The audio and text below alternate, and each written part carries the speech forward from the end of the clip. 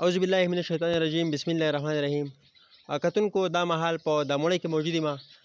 نن چې کوم په دې فوټیج کې تاسو کتلی شئ د ګوجر برادري کوم میټینګ جوړ شو د 5 مارچ لپاره کوم په سوات کې چې د استحکام پاکستان یو غټ کنونشن کېدونکی دی چې په هغه کې د ملکن ډیویژن سره د هزاري ډیویژن د پورا صوبه خیبر پختونخوا کوم ګوجر برادري چې د هغه به شرکت کوي.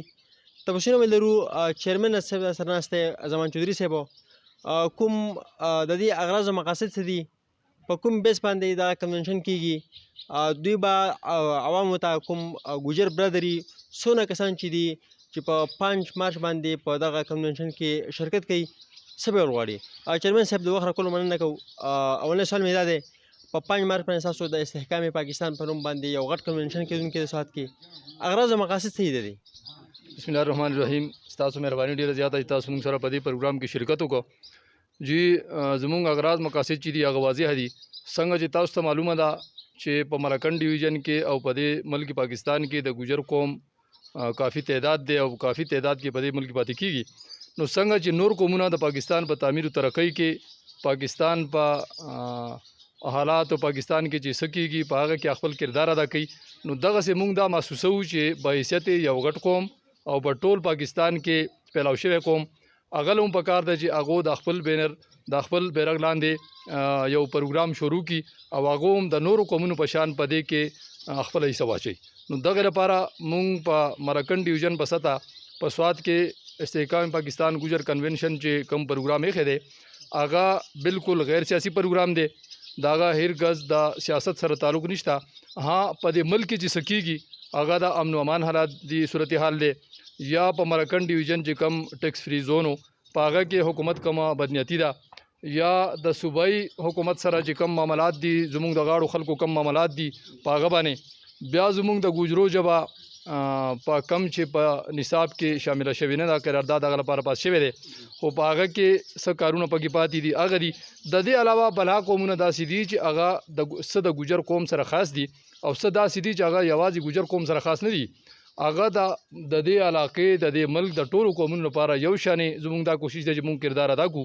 خو دا موږ د استحکام پاکستان د ګوجر کنونشن بینر لاندې ځکه کوو چې موږ په حیثیت د دې ملک اوسیدونکي او باسیان یو غټ قوم موږ دا محسوسو چې موږ هم زموږ په وس کې سي او زموږ قوم په دې ملک په ترقۍ کې څه کولی شي په هغه کې خپل کردار ادا کړو.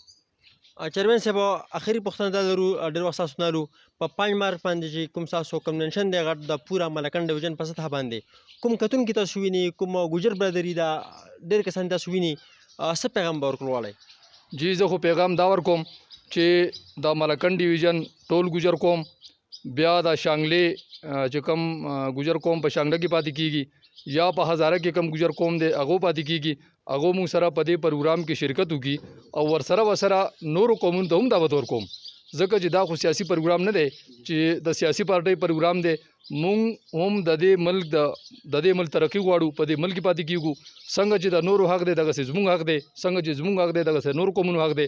نو موږ ټولو ته د دعوت بلنه ورکوو، ټولو ته وایو چې موږ سره په دې پروګرام کې شریک شئ او خصوصا شانګلې نه چې څومره ګوجر قوم دی هغه په دې کې بډ چړ کې حصه والي او په دې پروګرام کې په ښه طریقه په ښکلې په رورولۍ په امن سره او په ښه طریقه د دې ځای نه وځو.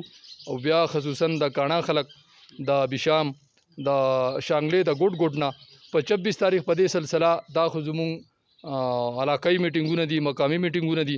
په 26 تاریخ انشاءالله موږ په بشام کې میټینګ یې ښه دی، نو هغه کې قوم ته دا اپیل هم کوم چې په هغه میټینګ کې هم موږ سره شرکت وکړي او کم خلک چې شریک نشي نو نور خلک هغه خلک چې څوک ناخبره دي هغه خبر کوي چې هغه موږ سره په دې پروګرام کې شرکت وکړي. په 26 تاریخ چې موږ بشام کې کم میټینګ یې ښه دی جلسې په حواله هغه کې موږ سره شرکت وکړي او په 5 تاریخ موږ سره راوځي او استحکام پاکستان ګوجر کنونشن موږ سره کامیاب کړي. چیرمن صاحب استحکام پاکستان کوم په 5 مارچ باندې سوات کې چې کوم کنونشن کېدونکی دی دې کې به څوک شرکت کوي، کوم داسې حکام به راځي چې تاسو د ګوجر برادرۍ طرفه چې شرکت به وکړي؟ دې کې انشاءالله زموږ د ګوجر قوم ملکن ډیویژن چې کوم زعما کم مشران دي هغه به انشاءالله ټول شرکت کوي. د هزارې نه سردار محمد یوسف صاحب او د هغه زوی سردار شاه جهان یوسف صاحب کم چې اوس مشیر دی هغه به انشاءالله په دې کې شرکت کوي.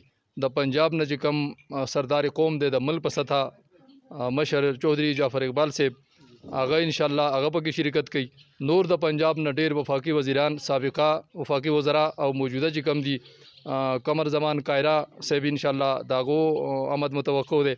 دغسې زمونږ د مرکن ډیویژن چې کوم سردار قوم دی سردار رضا خان صاحب د هغه نه علاوه د مرکن ډیویژن د هر مکتب و فکر سره تعلق لرونکي خلک هغه په سیاسي پارټیو کې دي یا نور په تنظیمونو سره وابسته دي. هر څومره خلک چې د مشران دي هغه به انشاءالله په دې پروګرام کې شرکت کوي.